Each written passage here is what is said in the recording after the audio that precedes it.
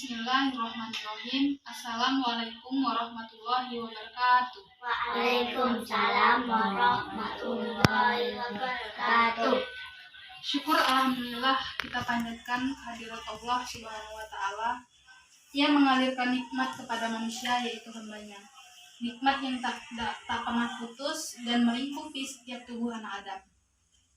Di antara nikmat itu ialah nikmat kesehatan, kesempatan dan kekuatan yang diberikan kepada kita sehingga kita dapat berkumpul dan berbagi di tempat yang sederhana ini. Utamanya nikmat iman dan nikmat Islam. Karena dua hal itulah syarat untuk kita bisa masuk ke dalam surganya Allah. Tiada hentinya kita kirimkan sholawat dan salam kepada tauladan uswah panutan kita Rasulullah SAW, dan kepada orang-orang yang senantiasa memegang janji kebenaran, panji kebenaran, dan berjalan di setapak yang telah ia lintas. Semoga kita termasuk di dalamnya. Adik-adik yang semoga dimuliakan oleh Allah, sesungguhnya manhaj Islam adalah manhaj Rabbani yang telah Allah membeda-bedakan Islam dengan manhaj-manhaj lainnya. Di antara sifat Rabbaniyah ajaran Islam adalah perintah Allah Azza wa Jalla kepada setiap manusia untuk berbuat baik kepada kedua orang tua mereka yang telah membesarkan, memelihara, melindungi, mengasuh, dan mendidik kita agar kita menjadi manusia yang berguna. Allah berfirman dalam surat Al-Isra ayat 23 yang artinya, dan Tuhanmu telah memerintahkan supaya kamu jangan menyembah selain Dia, dan hendaklah kamu berbuat baik kepada ibu bapakmu dan dengan sebaik-baiknya. Jika salah seorang di antara keduanya atau kedua-duanya sampai berumur lanjut dalam pemeliharaanmu, maka sekali-kali janganlah kamu mengatakan ah, dan janganlah kamu membentak mereka dengan ucapan yang menyakitkan. Nah, maka ucapkanlah kepada mereka perkataan yang mulia.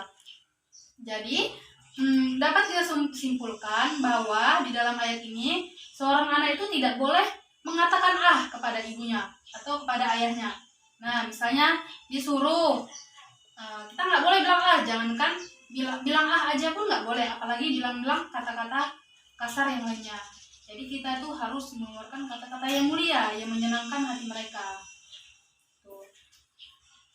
Pada ayat ini juga menunjukkan betapa agungnya kedudukan ayah ibu di sisi Allah.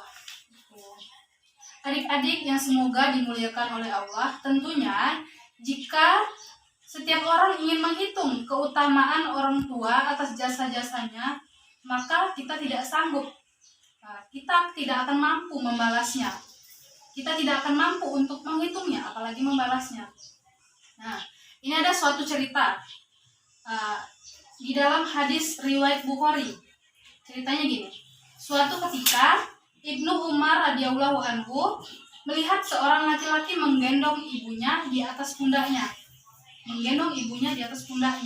Pada saat tawaf di seputar Ka'bah dalam melaksanakan rangkaian ibadah haji. Maka laki-laki tersebut berkata, "Wahai Ibnu Umar, apakah dengan ini engkau telah melihatku membalas kebaikan ibuku?" Kata Umar apa? "Belum." Kata Umar, "Belum, padahal dia sudah menggendong ibunya mengelilingi Ka'bah." Nah, terus kata Umar lagi, "Walaupun sedikit kebaikan, akan tetapi percayalah, engkau telah berbuat baik. Demi Allah, engkau akan mendapatkan pahala yang banyak dengan kebaikanmu yang sedikit ini." Nah, jadi ceritanya laki-laki itu menggendong ibunya untuk tawaf berapa kali? Menggendong ibunya, apalagi kita pernah nggak kayak gitu? Yang kayak gitu aja kata Ibnu Umar itu belum membalas, sedikit pun belum membalas kebaikan ibunya, karena kebaikan ibunya tidak bisa kita hitung, apalagi kita membalasnya. Adik-adik yang semoga dimuliakan oleh Allah, Rasulullah SAW menyebutkan dosa terhadap kedua orang tua termasuk salah satu dosa besar.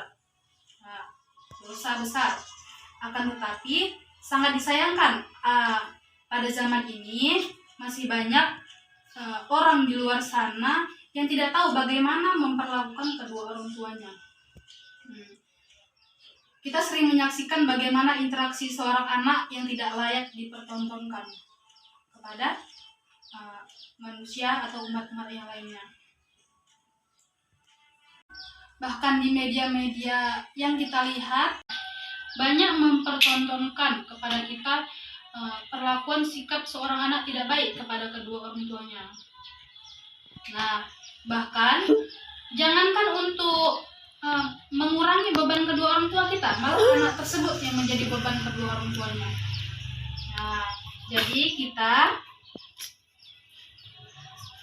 hanya bisa berdoa kepada Allah, jangan sampai kita menjadi manusia yang seperti itu, jangan sampai kita menjadi anak yang seperti itu. Di sisi lain, karena agungnya dan besarnya hak-hak orang tua, maka Allah telah mewajibkan seorang anak untuk berbuat baik kepada mereka. Allah mewajibkan untuk seorang anak berbuat baik kepada mereka. Mereka itu siapa? Kedua orang tua kita. Dalam segala keadaan, bahkan kepada orang tua yang kafir sekalipun. Lebih-lebih kepada mereka yang muslim. Nah, ini misalnya gini ceritanya. Ada anak yang mempunyai orang tua kafir. Kafir itu tahu nggak apa? Yang berbeda agama dengan kita. Non-muslim. Nah, orang tuanya yang non-muslim aja, anak harus tetap berbuat baik kepada orang tuanya, apalagi orang tuanya yang muslim. Tapi jangan sampai ajarannya juga kita ikuti gitu. Ajaran yang berbuat maksiat kepada Allah jangan diikuti. Kita cukup berbuat baik, tapi kita tidak perlu mengikuti ajarannya. Terus di dalam surat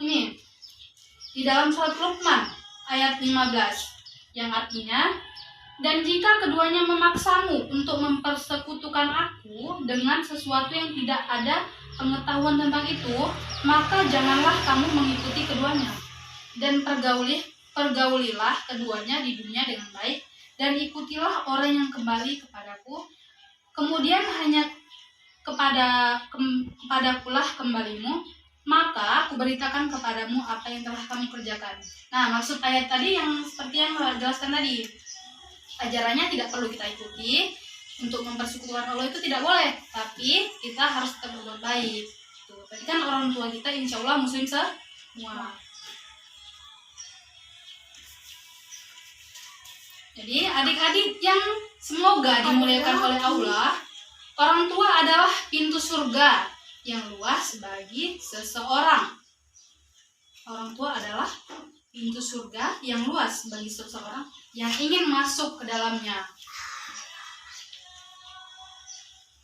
Celakalah bagi mereka yang masih dapat bertemu dengan orang tuanya, namun dia terhalang oleh mengecap manis dan indahnya surga yang dijanjikan oleh Allah. Jadi gini, orang tuanya masih ada dua-duanya, tapi dia tidak bisa masuk surga. Kenapa?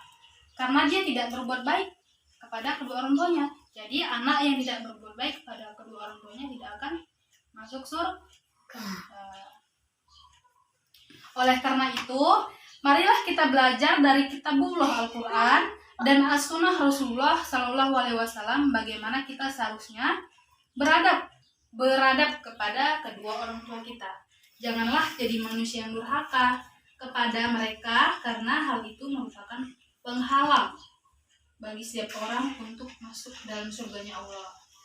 Akhir kalam, saya meminta maaf atas segala kesalahan, karena setiap kesalahan datangnya dari saya sendiri dan dari setan yang terlaknat, dan setiap kebenaran pasti datangnya dari Allah.